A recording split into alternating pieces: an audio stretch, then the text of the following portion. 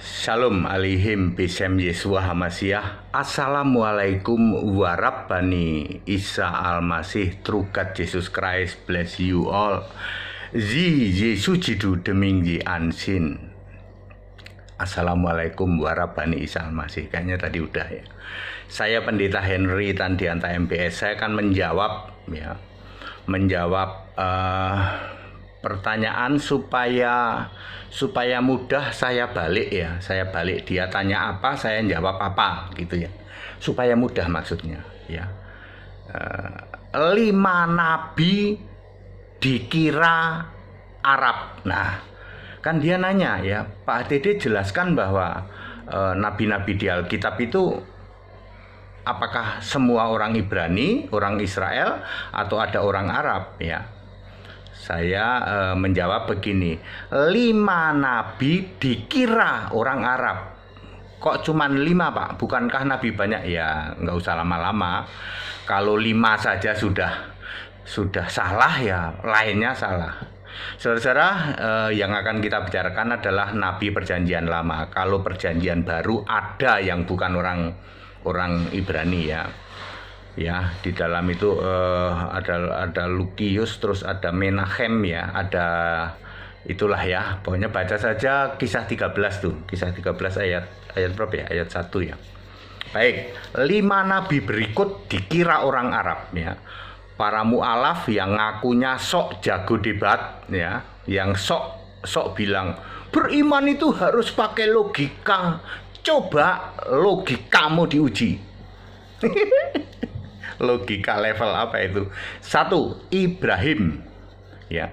Nabi Ibrahim itu ternyata di dalam Kejadian 14 ayat 13 adalah orang Ibrani, bukan orang Arab Pak, bukan.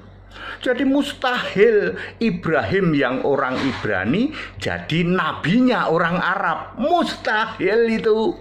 Ayo para mu'alaf uji. Katanya kamu pakai logika ya.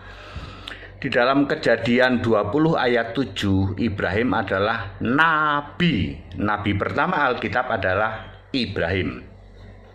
Ketika mati, Ibrahim itu dikubur di Gua Makpela. Ya, sama istrinya juga si Sarah. Kejadian 25 ayat 9. Astagfirullah.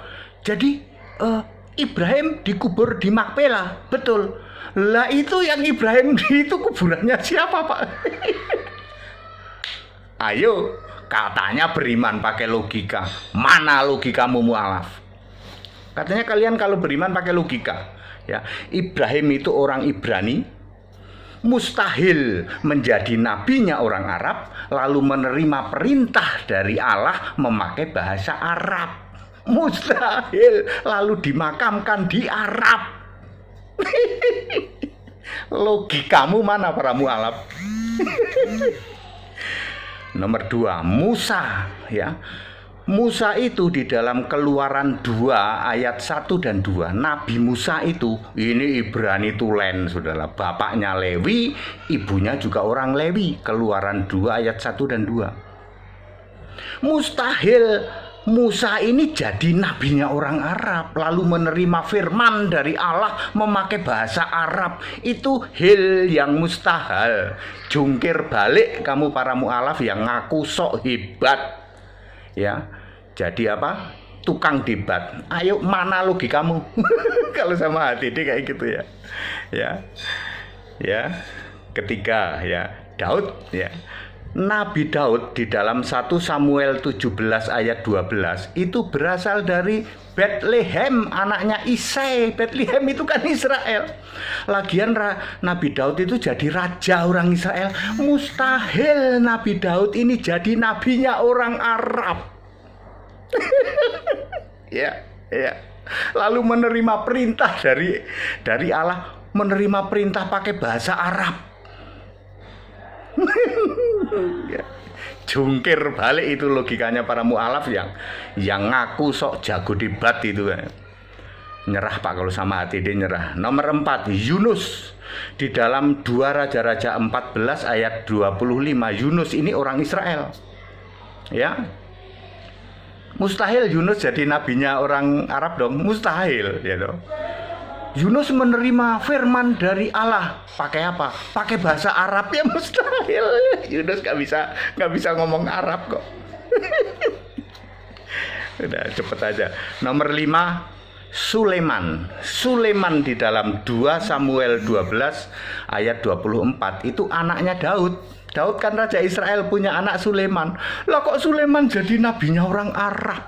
Logika dari mana para mu'alaf? Logika jungkir balik itu namanya, Pak.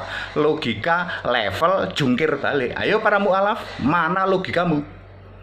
Tidak mungkin Sulaiman atau Salomo yang orang Ibrani menjadi nabi orang Arab, lalu menerima perintah dari Allah memakai bahasa Arab gitu. Yang mustahil, itu hil yang mustahil. Mana logikamu para mu'alaf yang ngaku-ngaku sok jago debat? Itu logika jungkir balik. Ibrahim, Musa, Daud, Yunus, Sulaiman, itu semua orang Ibrani, orang Israel. Mustahil bisa bahasa Arab dan mustahil nabi-nabi itu menerima perintah dari Allah memakai bahasa Arab. Mustahil. Logika mana yang bisa menjelaskan? Itu logika jungkir baliknya para mu'alaf, Pak. Nyerah. Kalau sama HTD itu nyerah pokoknya. Mu'alaf itu nyerah kalau sama HTD. Ya, maka dari itu toleransi. Nah, ini yang benar.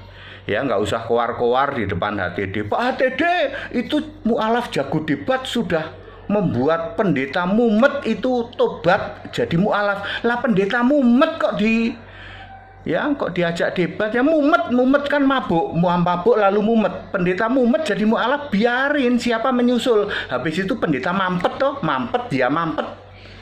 Ya biarin aja, bang, mereka juga penghujat Yesus kok. Nggak usah pamer di depan HTD ya membaptis berapa? 199 orang dari non Kristen. Nggak keluar, nggak disiarin videoin kayak gitu, nggak.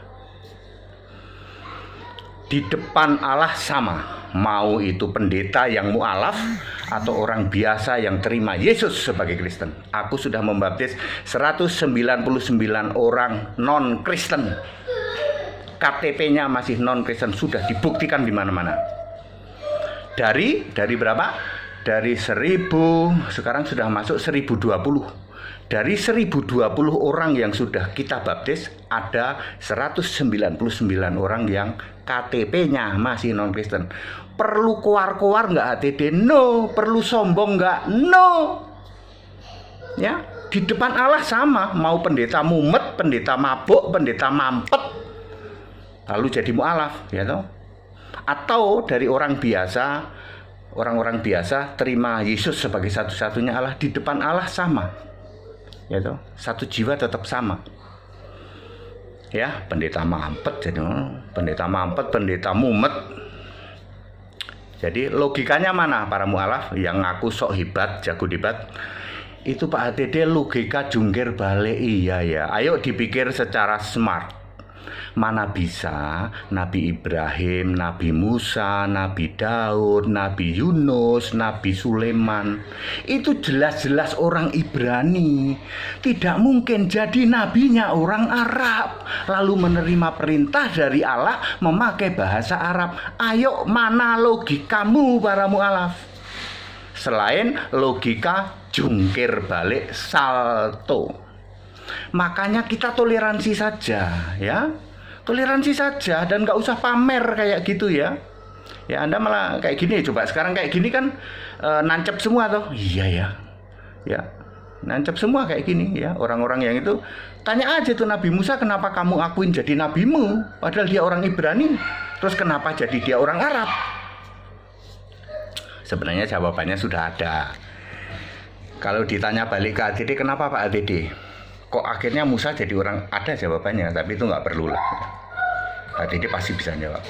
Kita toleransi ya, kita Indonesia, kita Pancasila, toleransi harus, keberagaman wajib disyukuri, bersahabat beda iman itu bisa. Kalau toh dalam kehidupan sehari-hari kita mendapati kenyataan, loh kok keimanan kita tidak sama, ya nggak apa-apa, toh kita bisa hidup bersama-sama. Segala hormat, kemuliaan untuk Yesus Kristus, satu-satunya Allah yang benar. Tuhan dan Juru Selamat dari sebelum segala abad, sekarang sampai selama-lamanya. Haleluya, amin.